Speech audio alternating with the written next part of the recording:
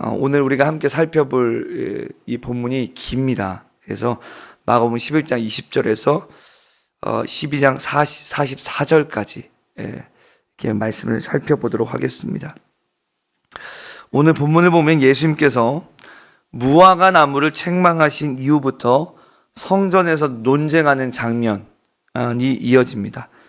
화려해 보였으나 사실은 생명이 없던 나무처럼 당시 종교 권력자들의 자격만 번지르르 했지 실상은 뿌리까지 말라버린 그런 상태였음을 우리 예수님께서는 밝혀내십니다. 그리고 한 과부가 드린 작고도 귀한 헌물을 통해서 자격보다 능력과 거칠애보다 헌신이 중요함을 우리에게 가르쳐 주십니다.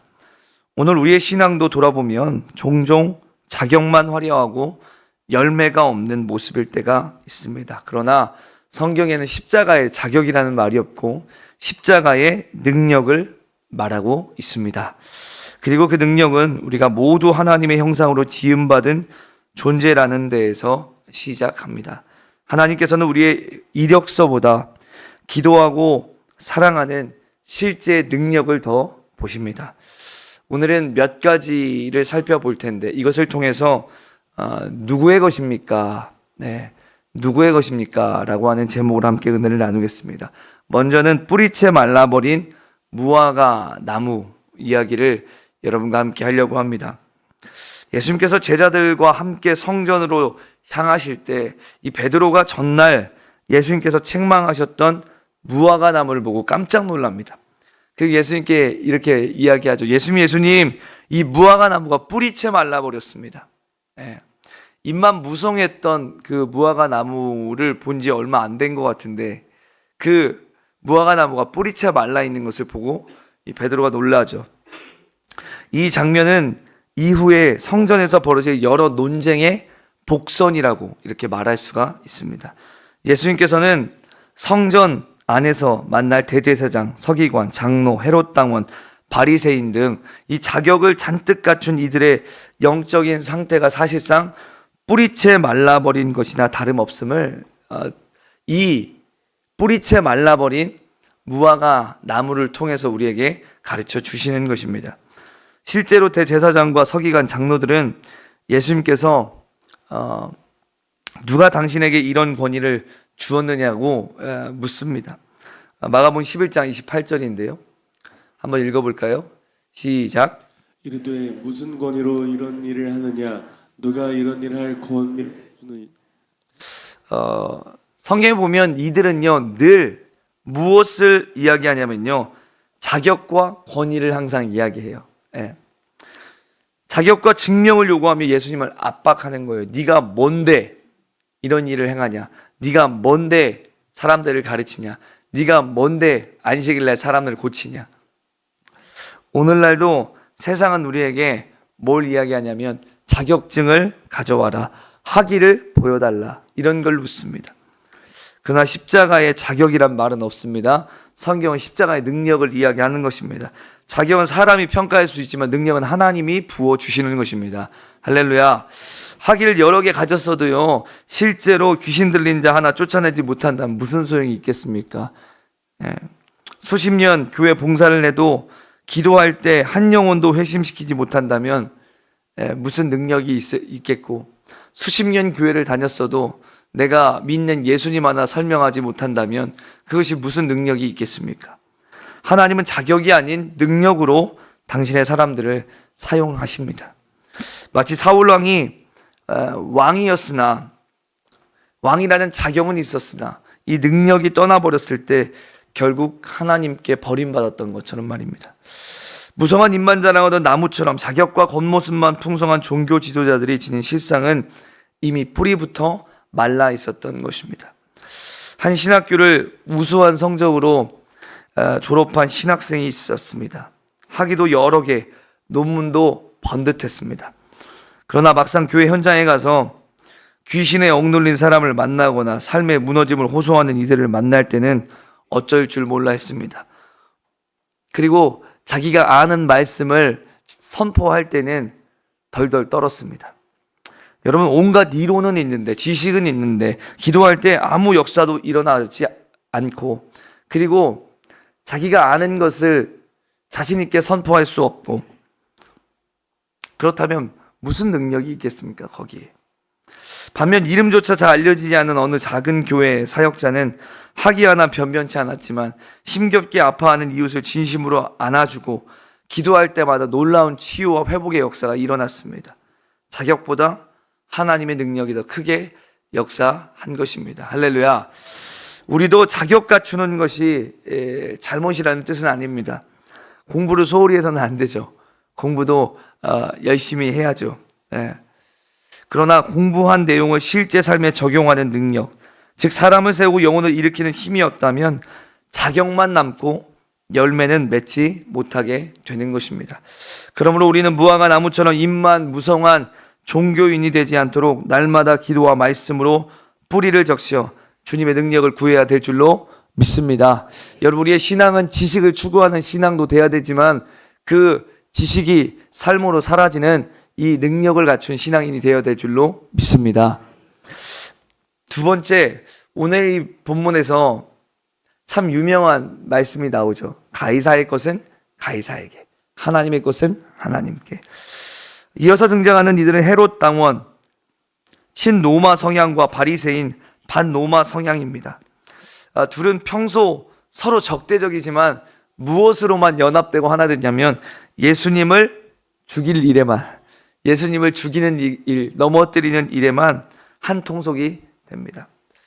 12장에서 보면 그들이 예수님께 가이사에게 세금을 바치는 게 옳으냐라고 이렇게 묻습니다. 어떻게 해서든지 예수님을 걸려 넘어지게 만들고 그리고 죽게 만들려고 한 질문들입니다. 예수님께서는 동전 하나를 꺼내어서 이 동전 위에 누구의 형상이 있느냐 이렇게 물으십니다. 그들은 가이사의 형상입니다라고 대답합니다. 그때 예수님이 하신 유명한 말씀이 바로 이 말씀이죠. 마가복음 12장 17절 읽어보겠습니다. 시작. 이에 예수께서 이르시되 가이사의 것은 가이사에게, 하나님의 것은 하나님께 바치라 하시니 그들이 예수께 대하여 매우 놀랍게 여기더라. 아멘. 동전에는 가이사 형상이 새겨져 있으니 그것은 가이사의 것입니다. 근데 여러분, 우리 인간에게는 누구의 형상이 새겨져 있습니까? 하나님의 형상입니다. 우리는 하나님의 형상대로 지음받았어요. 그러면 우리는 누구의 것입니까? 하나님의 것입니다.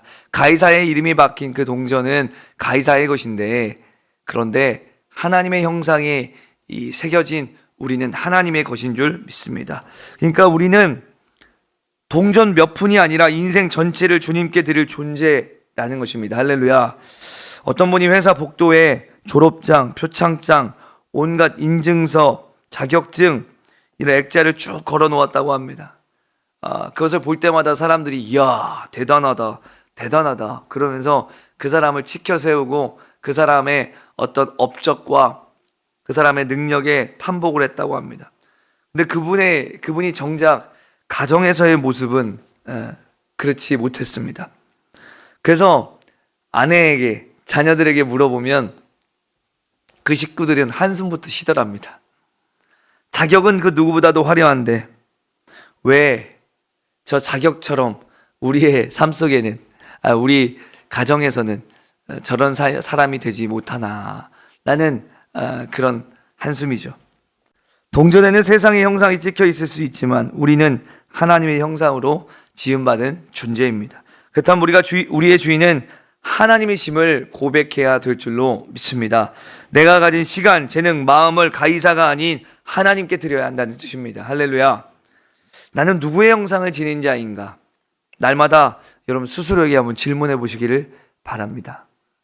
세상 가치관이 아니라 하나님의 임재와 말씀으로 생각하고 행동하시기를 바랍니다.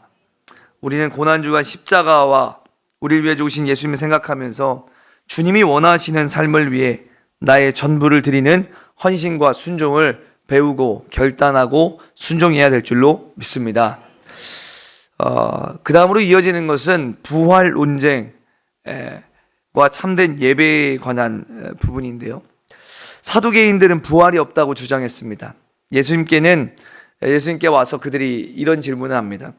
형이 죽으면 아우가 형수와 결혼하던데 그러면 천국에서는 누구의 아내입니까? 이런 이상한 질문을 하는 것이죠. 예. 예수님께서 장차 하나님 나라에는 장가도 아니 가고 시집도 아니 간다 라고 하시면서 하나님은 죽은 자의 하나님이 아니라 산 자의 하나님임을 선언하십니다.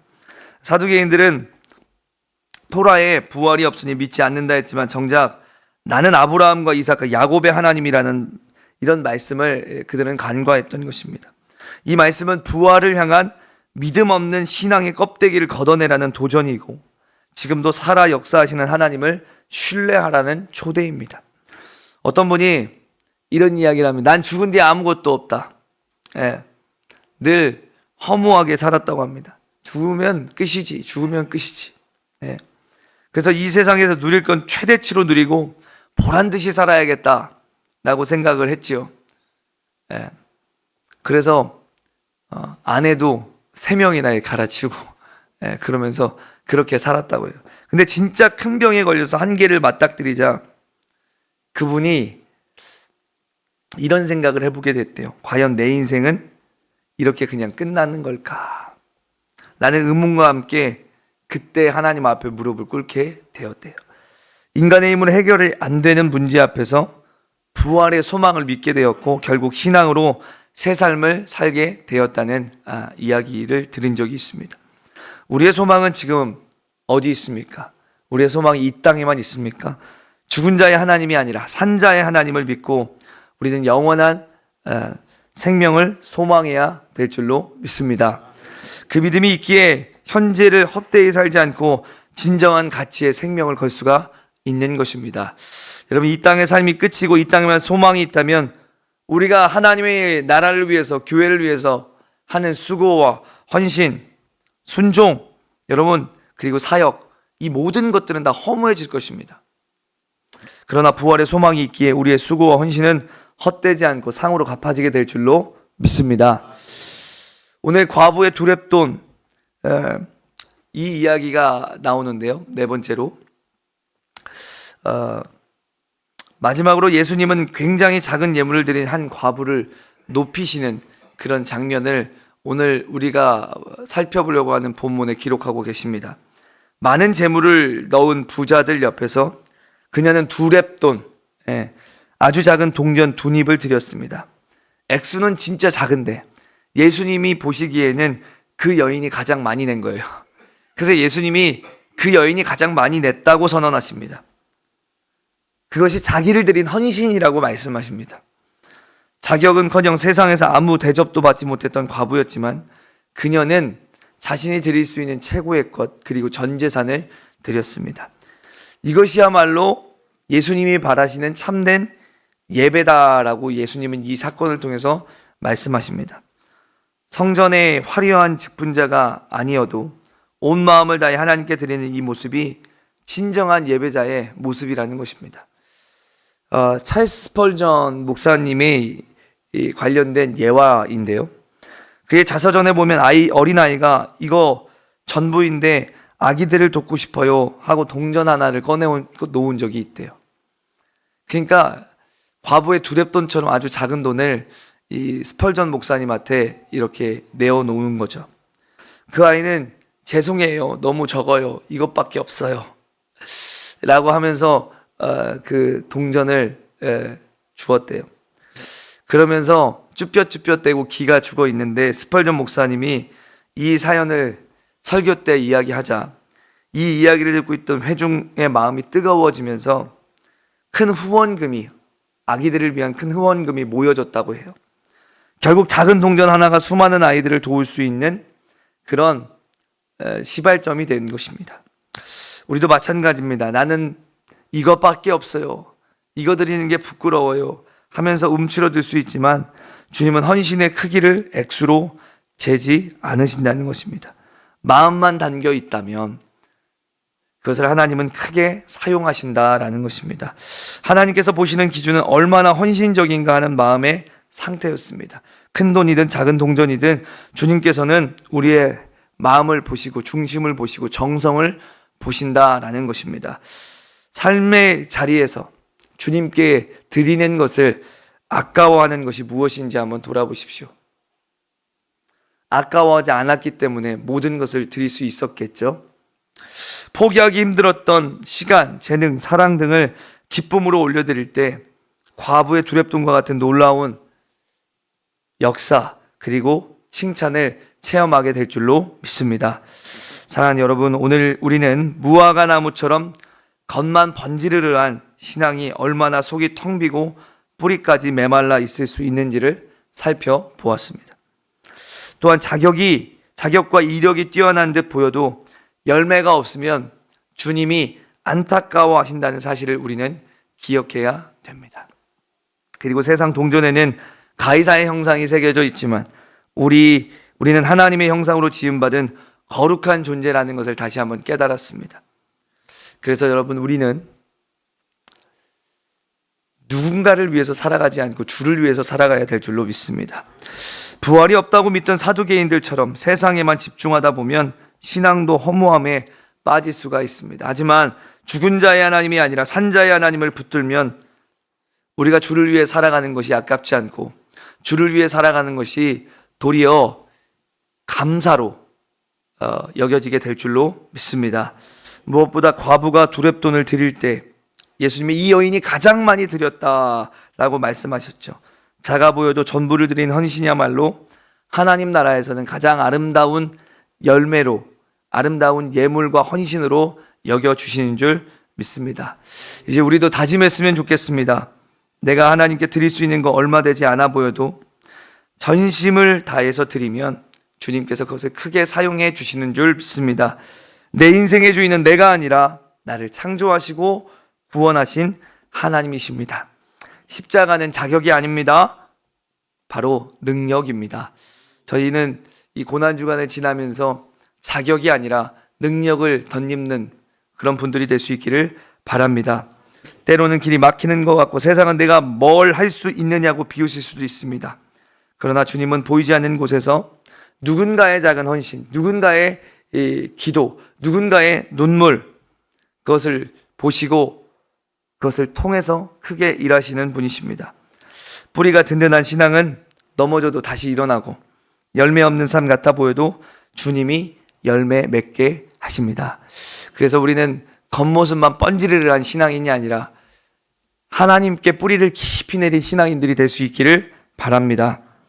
오늘 주님은 이 말씀을 통해서 우리에게 분명하게 말씀하십니다. 겉모습이 아니라 뿌리를 봐라. 자격이 아니라 능력을 봐라. 형상에 새겨진 동전에 누구의 것인지 보듯이 너희가 누구의 형상으로 지어졌는지를 기억해라. 할렐루야. 무화과 나무 잎은 무성했습니다. 그러나 열매가 없었습니다. 자격을 자랑하던 종교 지도자들은 뿌리까지 말라 있었습니다. 많은 돈을 들인 부자들은 자기 여유 속에서 드렸지만 과부는 가난한 중에, 궁핍파 중에 전부를 드렸습니다. 결국 오늘 이 여러 가지 이야기를 통해서 주님이 묻고 싶은 것은 많지 않습니다. 바로 무엇을 묻고 있는 것입니까? 너는 누구의 것이냐? 너는 누구의 것이냐? 무엇을 위해, 누구를 위해 살아가고 있느냐? 그것을 주님은 우리에게 묻고 계시는 것입니다.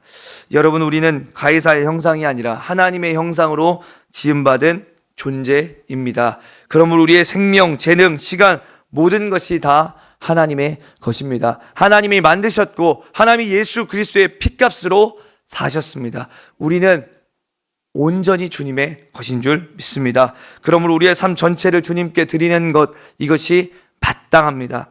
예수님은 우리를 위해 십자가에서 모든 것을 내어 주셨습니다. 이제는 우리가 그 은혜에 반응하고 응답할 차례입니다. 더 이상 자격을 계산하지 말고 전심을 드리는 저와 여러분 되기를 바랍니다. 더 이상 형식에 머물지 말고 능력을 구하고 능력을 갖는 여러분 되시기를 바랍니다. 더 이상 나를 위해 살지 말고 주님을 위해 살아가는 인생들 되시기를 축복합니다. 오늘 이 자리에 함께한 우리 모두가 이렇게 좀 고백해 봤으면 좋겠습니다. 따라해 보실까요? 주님, 저는 하나님의 것입니다. 주님, 저는 하나님의 것입니다. 제 시간도 재능도 제 시간도 재능도 가진 모든 것도 주님의 것입니다. 가진 모든 것도 주님의 것입니다. 비록 작아 보여도 전심으로 드리겠습니다. 비록 또 전심으로 드리겠습니다. 십자가의 능력으로 오늘도 살아가겠습니다. 십자가의 능력으로 오늘 살아가기. 사랑하는 여러분, 우리는 죽은 자의 하나님이 아니라 산자의 하나님을 믿는 사람들입니다. 여러분, 이 믿음으로 일어나시기를 바랍니다. 그리고 세상 가운데 하나님의 형상을 드러내는 삶을 사시기를 바랍니다. 그때 하나님이 여러분을 통해서 하나님의 살아계심을 증거할 것입니다. 십자가를 지신 주님, 십자가에서 우리를 피값 주고 사신 주님, 그 주님이 오늘 말씀 앞에서 우리에게 누구의 것이냐, 너는 누구의 것이냐라고 묻고 계십니다. 그 은혜 앞에, 그 질문 앞에 우리가 정직하게 온전히 반응할 수 있기를 예수님의 이름으로 축복합니다.